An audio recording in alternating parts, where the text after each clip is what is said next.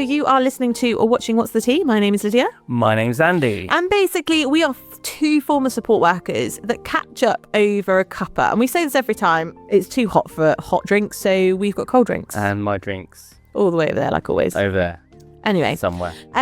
We are in no way experts, but we try and chat through kind of adulting life. And when we were support workers, we shocked ourselves by giving out some good advice. Yeah, and sometimes we kind of talk about kind of adulting stuff in general. Other times we kind of take a particular subject that we might not really kind of talk about too much in day-to-day life and spend some time on that subject.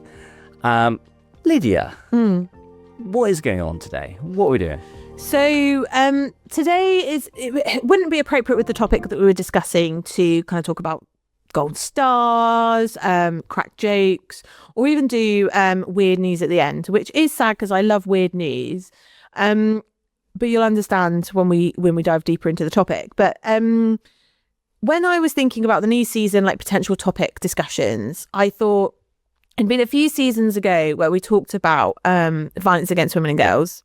And it's not a repeat episode of that, but I just thought actually there is something that we can discuss still within that topic in mind, but more about kind of the bystander effect that plays into violence against women and girls. I think before we go into that more, if you're not in a place to kind of listen to this sort of thing, please look after yourself and do something else instead. If this is something of interest, but what Lydia just talked about, you're there going, what was that? I'll try and put a link to it in the podcast notes below, or just scroll down on your podcast feeds or YouTube. And I feel it was a very good episode. Oh, thank you. So we're going to look at the bystander effect of violence on girls, and also look at some experiences that women, and I include myself in that as a woman, obviously, that we do or have to do, or that has been ingrained in us to do in order to keep ourselves safe. And there's parts of this that Andy has never seen, so he's obviously aware of kind of the structure and the things that we're discussing, but there is some things that he hasn't seen, just because he felt it was important for him to come with not prior knowledge in mind, just so then you could see his real reaction if you're watching, or even hear his real reaction. Or at least my attempt at portraying a polite reaction. Yes. So violence against women and girls is often we see in the news and obviously portrayed in media is very extreme kind of cases. That's the ones that tend to reach the news. But a lot less attention is given to kind of everyday behaviours that we experience as women, social norms that are put on us, and kind of the environments that sometimes we find ourselves in. And I thought that was just as important to mention in a podcast, because, you know, those are things that happen day to day that a lot of women face. And one of the things that I wanted to talk about as well is the bystander effects, and how the role of everyday like reactions, and, you know, how an individual like yourself, Andy, can actually help women in terms of not by being a bystander, which I'll explain later on, and things like that. I'm very aware that you've used the word bystander effect. Yes, I'm going to explain it. Yes. Okay. So bystander effect is where you witness something happen, and it's concerning, but you choose not to act. Okay. So the most common one that is used is in first aid, where when we're in first aid training, they talk about bystander where a medical emergency is happening, and everyone thinks that you could have a whole room of first aiders, and everyone thinks someone else is gonna, you know, pick this up, and no one does. And as a result of the bystander effect, the outcome is really dire. And it could be a lot of people, don't step in or talk up or anything like that. It's not necessarily sometimes a conscious thing, but also it can be a fear about saying something wrong, doing something wrong, not wanting to create conflict. There's a pressure of just going along with it and, laughing it off, or not actually being educated in terms of informed about how harmful something they've just witnessed or said can be, and actually then therefore not, as a result, being a bystander unintentionally, as a result of kind of not being informed on the consequences or the effects of something that's happened, or possibly not feeling confident enough to, of course, push back. Exactly, yeah. And some people think, bystander effect or being a bystander is just being silent. It can be laughing, it can be joining in to some extent, and also just ignoring it and walking away can also, in a way, lead an act or lead. I'm trying to find the word. Lead or contribute to there being a kind of a bystander effect. Sorry, I'm being very old school. All my notes are on paper. Today. It threw me when I saw it. So that's the bystander effect, and we're gonna kind of do a circle. So bear with us in this episode of kind of there's a journey. There is a journey. I'm taking you guys on a journey. Okay. Journey.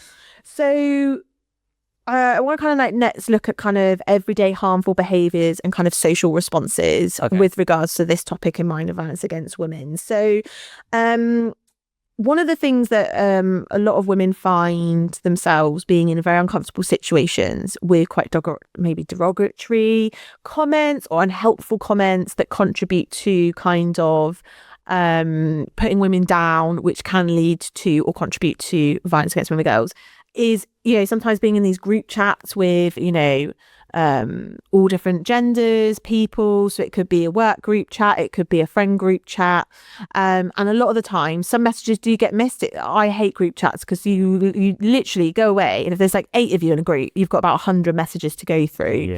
So a lot of the time certain things can get missed, or they can get misinterpreted, or it doesn't land as well as if you said it in person. Workplace conversations can be an environment where women that are working, is an everyday situation that they're in. There can be some really unhelpful work kind of ethos or kind of practices in place or attitudes in place that can be quite harmful to women, again, not necessarily intentional. And nights out, so clubbing, just going out for drinks with friends, going out for a late dinner, being in streets when it's dark after hours is a really terrifying situation for women to be in. We feel very vulnerable, and I'm not saying men don't feel vulnerable in that, but as a woman we feel more vulnerable in those situations because a lot of the time when we have friends that have been through it, or cases that we hear about, a lot of the time violence against women and girls happens when you're on your own, out in the streets and after hours. I guess a huge difference. I mean, talking about walking the streets at night is a very kind of classic male-female difference. I guess, and that whilst men can feel vulnerable, it's a different type of vulnerability. The general rule is we may feel vulnerable during particular moments or during particular kind of places on that route, as opposed to potentially the whole route. Oh yeah, all the time. I will happily say that as a woman, after when it's nighttime, my mind does not rest. I do not feel calm or at peace. I am anxious from the moment I leave a building, walking to my next destination, and I'm home. And we'll talk a lot about what women have to do to make ourselves feel safe and at peace in those situations a bit later on as well. Casual banter can also be where some of the harmful behaviours happen. I love a bit of banter. with my friends, but sometimes some banter can cross the line, or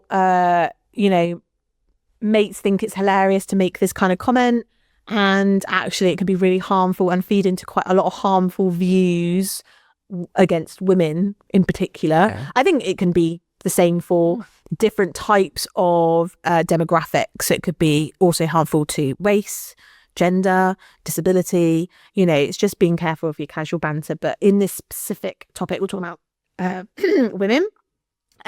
So some examples of like everyday behaviour that women tend to experience in these kind of environments is just comments about us that are really unhelpful and not very insightful. So it's like, again, due to a lack of knowledge or awareness. Jokes, again, that cross the boundaries, that's linking back to the boundary, to the casual banter. Dismissive kind of language or objectifying language. So objectifying is... do you know how to succinctly define objectifying for me, Andy? Because my brain is... Succinctly define objectifying. Yeah, so you're not seeing... Yeah, you're not like simply definition of objectifying, in case anyone doesn't understand what that means. You are a pretty woman and that's it. There you go. So, yeah, objectifying. So looking at who they look like rather than who they are as the individual. Yeah. Mm. And only thinking that that's what they're good at. Yeah.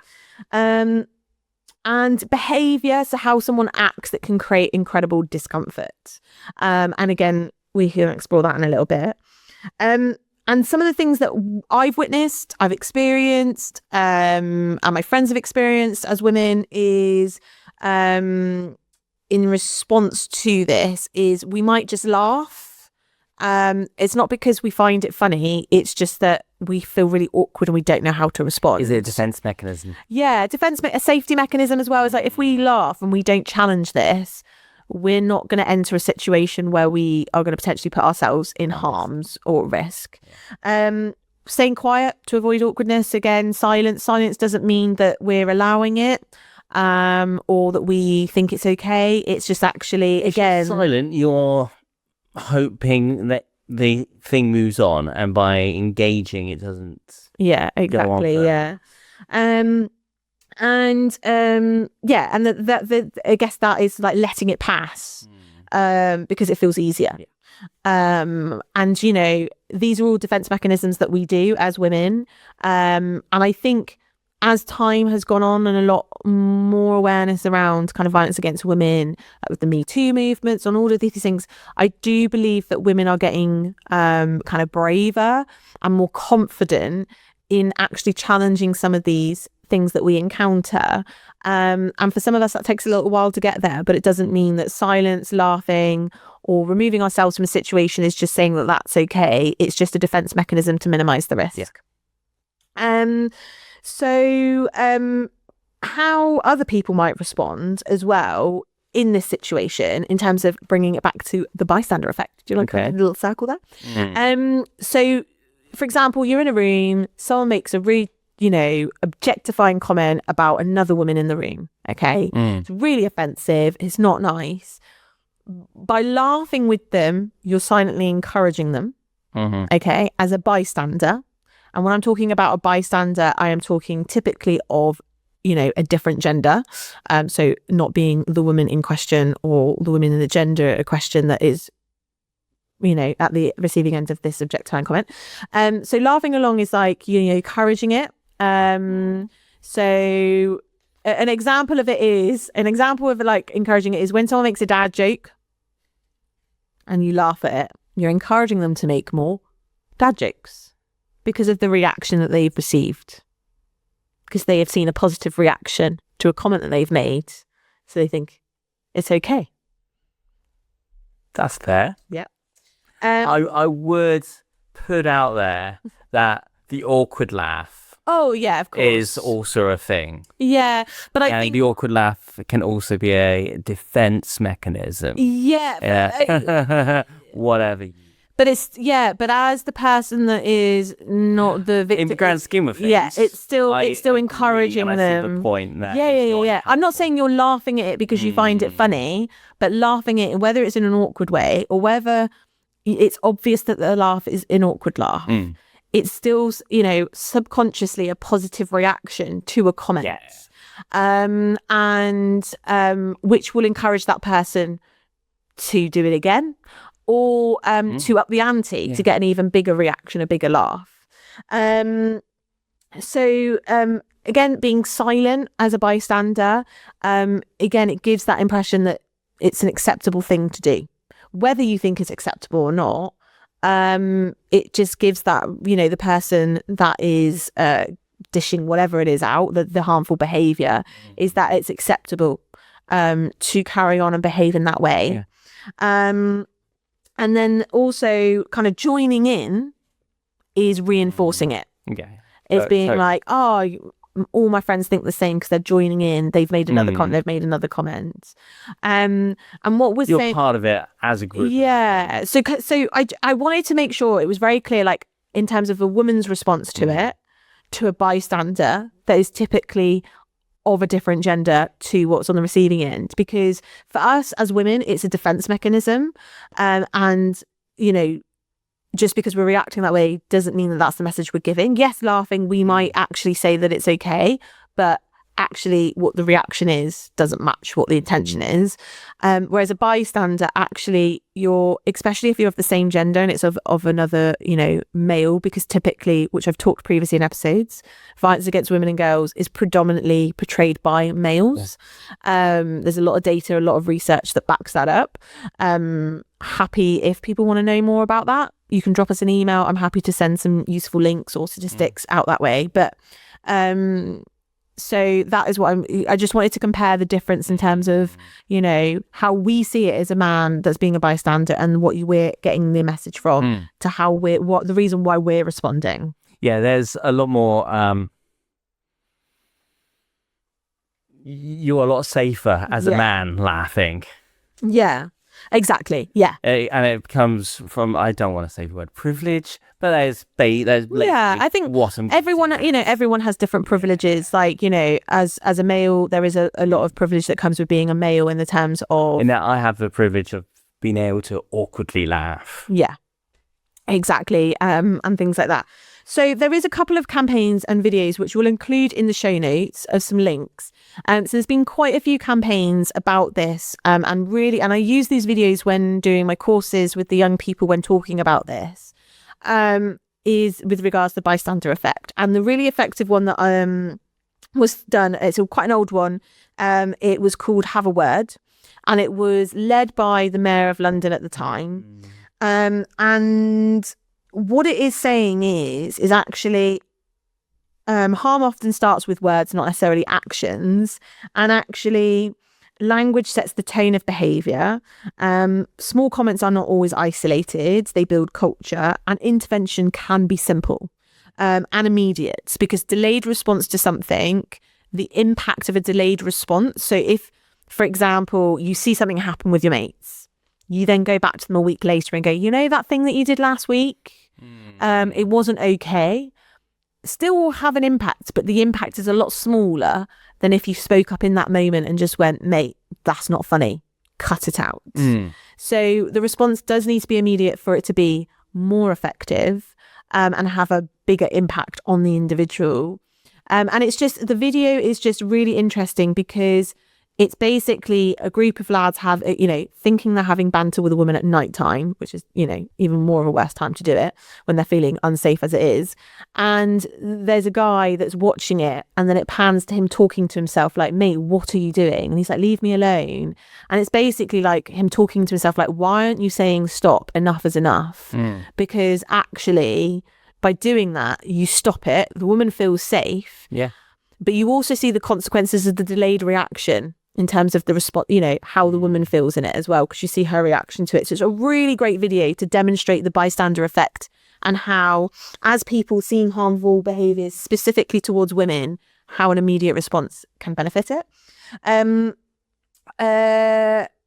Another one is a government campaign, which again is different scenarios that encounter, which is actually how you can do an immediate response and the things that you can say. So there's like someone making a derogatory comment as a woman as they're walking past at the park.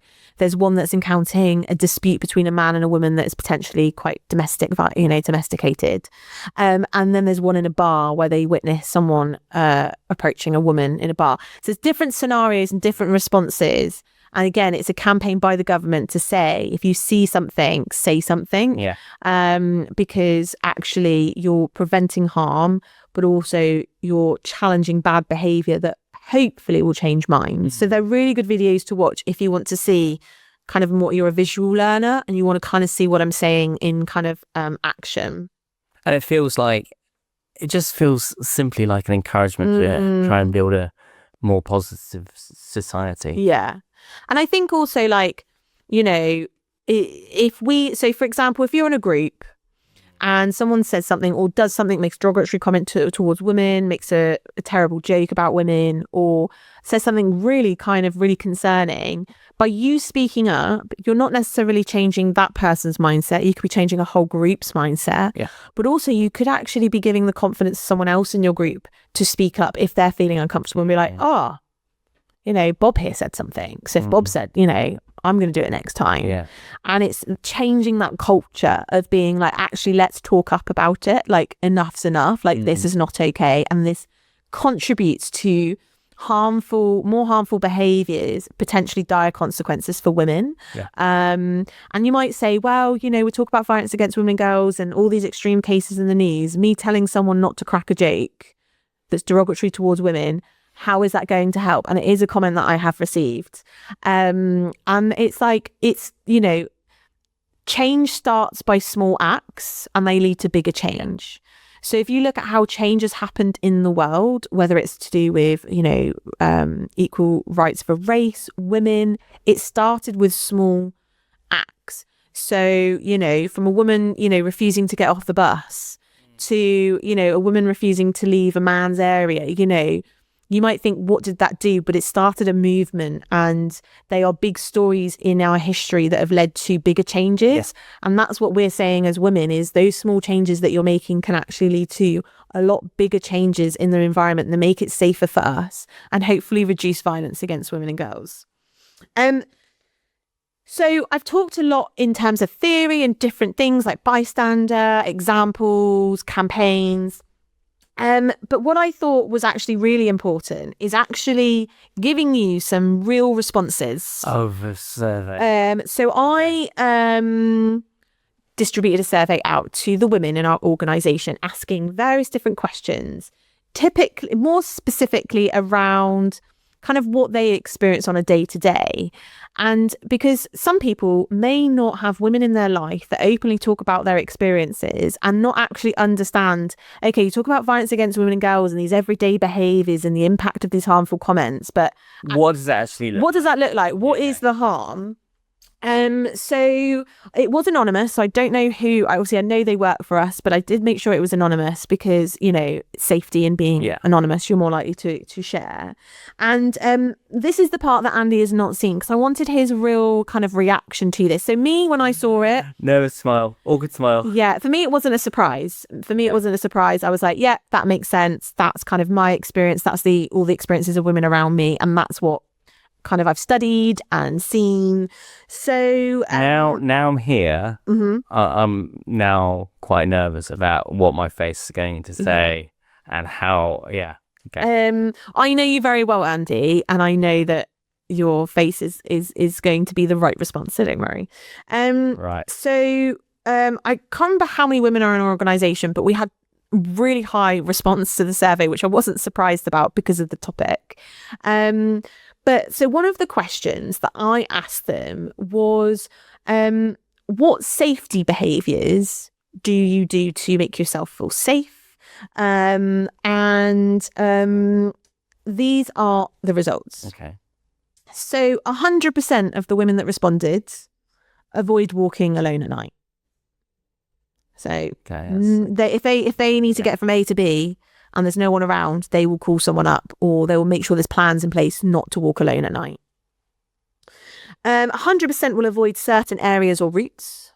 So less CCTV, less lighting, known to be problematic areas of violence against women, so especially if you've seen a street where a lot of women have been attacked, you will avoid that, even if it adds half an hour or more to your journey. That stat surprises me less than the first one. I mean, I'm not surprised, but 100% avoiding walking by themselves. Yeah. Okay. Yeah. Yeah. It's interesting because I do all of these things as well. 100% said that they stay alert all the time to their surroundings. Okay. So whether they're with people or not, they are always on alert. So if someone's behind them, who's behind them? Who's just walked past them? Someone's shouting across the street. Do I need to be aware of that? I'm in a cafe. Where are my exits? Where's the toilet? Who's around? Is there a female staff member working that if I need to go? Like, these are all the things that us women will think about. Okay. 77% will share their location with someone. So if I am leaving to go somewhere and I've got to get a taxi by myself, I've got to get public transport by myself, or if I'm with someone, I will always make sure someone knows my location, so they can track me. And a lot of guys out there be like, well, we do that. Yeah, that is true. We never forget to do it as women. But that's the reason why I made the point of kind of picking up on first two stats, in that there are areas around that I would choose to avoid walking through at night. Yes, it's safe. It's like keeping yourself safe, isn't it? It makes sense. But I would walk through areas at night. And yeah. But I think for again, using a broad spectrum here, but I think you would agree with me. Like, for us as women, we will look at the route, or if we see the route and it's like there's no street lights, we will look around to see where there is somewhere with street lights. Yeah. We will not go through a place where there's no street lights. We will also make sure, like, so for example, whereas I might be more inclined to go, there's no street lights, flip's sake, I'm here now. Yeah. And just do it. Yeah. Whereas, and a lot of the time, areas are avoided by men or other genders that are not women because of a horrific crime that's happened that's quite public. Whereas for us as women, it doesn't necessarily mean to be a public street where there's been a crime happening. It just needs to be a street that doesn't make us feel safe because there's a lack of lighting, CCTV, people, whatever. 69% will modify travel plans. So again, that's just kind of talked about that. So they will make modifications to make sure that either if it's not within if there's no safe routes, we'll get a taxi, and making sure that we've got money for taxi, making sure people know when we're getting attacked, all of these things. So we're constantly changing travel plans to make sure we feel safe. 54% will carry keys or have their phone ready when walking. So I've done this many times. I will tend to be on the phone.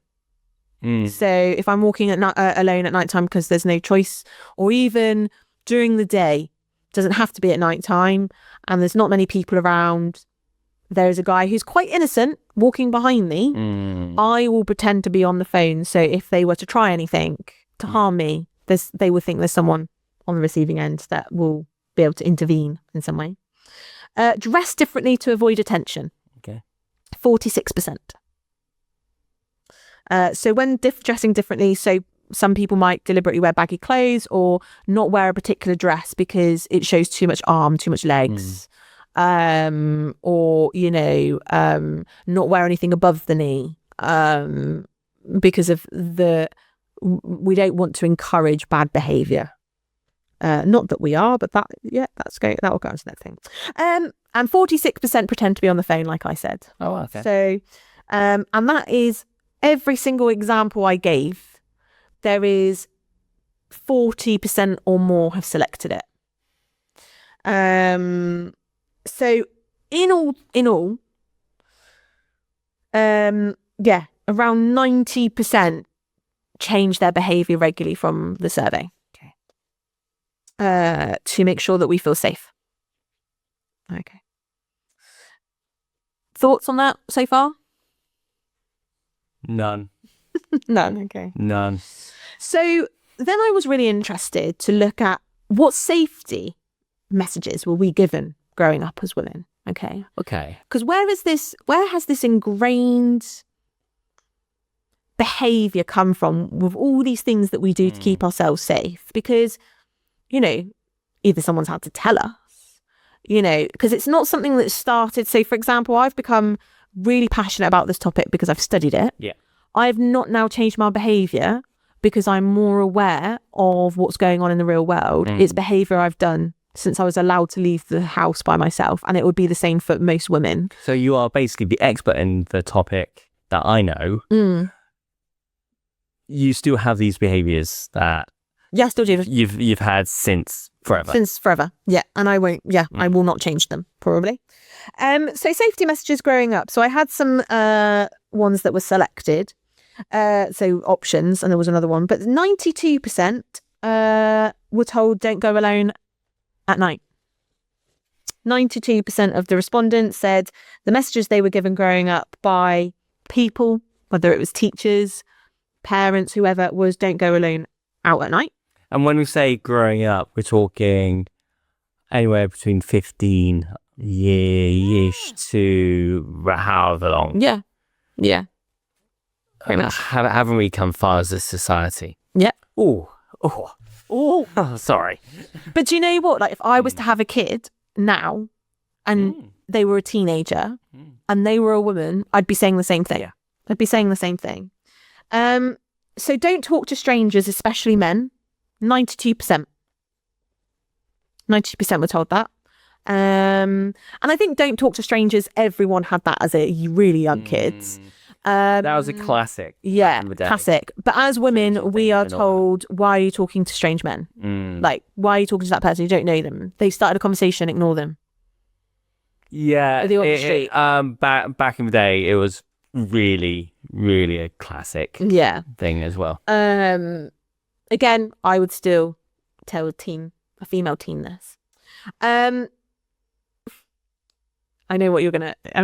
I'm laughing because I'm going to... with Andy's reaction. So 85% selected this one. Okay. Don't dress in a revealing way. Okay. Yeah. So I remember as a teen, I was told never to go with my shoulders showing or my arms or anything above the knee. If I was wearing anything that was deemed too revealing and they felt it was too risky, to my safety, I was told to change. And that's not just messages, I don't think, that we were told as children, from our parents. It's also what police told us if we reported anything. It's also kind of dramas when women have revealed they were a victim of something. Oh, she was asking for it. Yeah, asking for it. What were you wearing? Well, why were you wearing that? Well, why would you wear that if you didn't want that to happen? And who thought wearing a dress is an open invitation? Sarcasm there, if no one detected that. 77% said make sure someone knows where you are. Okay. So with me and my sisters, so it was a very female household, it was message when you're leaving. If you're stopping, even driving, and you're stopping at a service station, tell us. Let us know when you arrive there. Let us know when you then get to the hotel. Let us know when you check in. Let us know when you're in your room. Let us know when you leave to go to somewhere else. Let us know when you then meet up with your friend. So every time we leave somewhere and we move location, we would have to let someone know. There's a lot of talk recently about surveillance culture and everyone knowing what we're doing and what's happening with our data and things like that.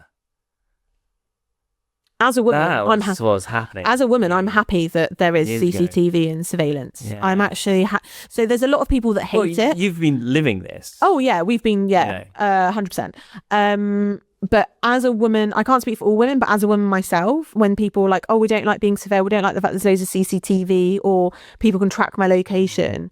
Actually, I'm really thankful that is there. So overall, again, 90% feel a moderate or high personal responsibility for safety against men when that question was asked. So let's look at double standards. So double standards is when one person is praised for something and another person is criticized for it. So when asked if they felt there was a double standards where behaviour that was praised by men, they were criticised, 69% said yes. Oh, wow. And the typical double standards experience where they were told to be more careful more than men was 85%. So where men are encouraged to be more carefree, spontaneous or whatever, we were told to be more careful. Okay. Or critiqued if we were too carefree. You'd be classified as too wild. 55% said if a man was to experience this, they would be praised, but we would be called too loud or assertive. So if a man was to speak up on an issue, they'd be celebrated. Yeah, you're so confident. It's, if a woman does it, you're too loud, you're too assertive. Again, this has happened to me many times. I'm criticised for being independent or confident. When a man is independent, moves out of home, living by himself, he's called a bachelor, or he is told, yeah, you're independent, you don't need anyone looking after you. Good for you. Like, well done. Sometimes as women, you're too independent. That's why you haven't met anyone. Too independent, or confidence is frowned upon and given a nasty word when it comes to women. You need a man in your life to look after you. Yeah, pretty much. Yeah. Whereas men are celebrated for that kind of like independence, bachelor life, whereas women are not. They are frowned upon. It's the same with men. Typically are celebrated for the more sexual partners they have than women. 50% and more said they were judged for their clothing or behaviour. So whereas men were like, you look so smart in that outfit, love the fact that you've got shorts, or even like when I've seen men, when, I don't know if it's still fashionable, but they'd wear quite short shorts, not like booty shorts, but mid-thigh. That's not fashionable. Or at least, everyone were like, oh, they look so stylish, they look so great. Us as women, if we were to wear anything like that, would be called trashy. And other words, and our profession would be questioned. So the key takeaways from all of this were 100% take routine safety precautions, 90% regularly change behaviour due to safety, 90% feel responsible for preventing harm, and 70% report experiencing gender double standards. So bringing it back to the topic, you can see the imbalance there. Andy? No. Shut up. Yes, you can. For anyone that needs pulling a face. But you can see that there's an imbalance. And I'm purposely being flippant. Yeah. To bring some... It's a very, negative. For me, I don't find it depressing or anything like that because it's my everyday. Do you know what I mean? Like, and I think when talking to other women about this, we don't get down and depressed about it. We're very factual of being like, yeah, that's just what it's like to be a woman. It's what it is, isn't it? Yeah. And this is, so these lived experiences that I've just gone through in terms of statistics from women that work at the Y. Now you can understand why I'm so passionate about not allowing the bystander effect to take place. Because if you can make a woman feel safe in a world where they do not feel safe majority of the time from harmful comments, behaviours, you are making their life less stressful and you are making them feel safer. And surely we want everyone to feel safe in this world and feel that, and everyone to be free from harm. So I just wanted to give kind of some context to the previous conversations I was making about some of the things that can happen to make a change and make an impact. Let me just see if there's anything else in my notes. So I've got some questions for you, Andy. Oh, wow. Questions with no prep time. That is always interesting. What from this conversation, you've kind of been a bit of bystander in this just because I've asked you to. Well, it also makes sense. Yeah. But what feelings, thoughts, like You know, I've talked a lot about, you know, You're asking me this on a professional, quote unquote, podcast. no, but like, you know, deliberately you didn't want to see the data. You knew kind of what we were talking about, but you didn't look into too much into it. Even though I sent you my notes, like, what are your thoughts, feelings, opinions? Yeah, I mean, and I think everyone knows that you've got a teenage daughter. Yes, daughter. Yeah. So you're now in this world of there's been a few times whilst you've been sharing the stats where my brain's gone in that direction. And I'm trying to temper my reaction accordingly. I think those first stats that you shared about 100% not feeling comfortable going out at night. I mean, I'm going to say that's not good enough. I don't mean that in no women's direction in any way, shape or form. It's not good enough that's how they feel. At the world in general, that is... And I'd just like to clarify, when we're talking about nighttime, we're not talking about 1 a.m, even though the time shouldn't matter. When it's dark. When it's dark. So that could be in the winter. Like, for example, a lot of the time, me and my friends won't have plans after 4, 5, 6 o'clock. We will be at home at those times, because that's, you know, is the danger zone for us. You know, obviously you're a support worker, you're in a very different position in terms of the bystander effect than someone that I guess doesn't have a lot of information on it. And obviously we've been friends for a long time and colleagues for a long time. So you know my standpoint on it, and you know we've had these kind of open conversations many times because it's something I'm passionate about. Now hearing the data and that's me talking it through, like, what are your thoughts on like speaking up and challenging? I mean, the words are something like, we've got to do better. And when you say we? Men. Okay. Just in general. Fair enough. Yeah. Okay. So I have some questions for the audience just to take away. Some reflective questions. If you feel like responding, then we will leave information on how you do that. So I want you to think about a recent situation that you've witnessed, whether it's with this topic or whether it's to do with another situation where you witnessed. Is what did you notice and what did you do? Questions to leave with. What do you think stops people from speaking up? What stops you from speaking up? What would make it easier for you to do so?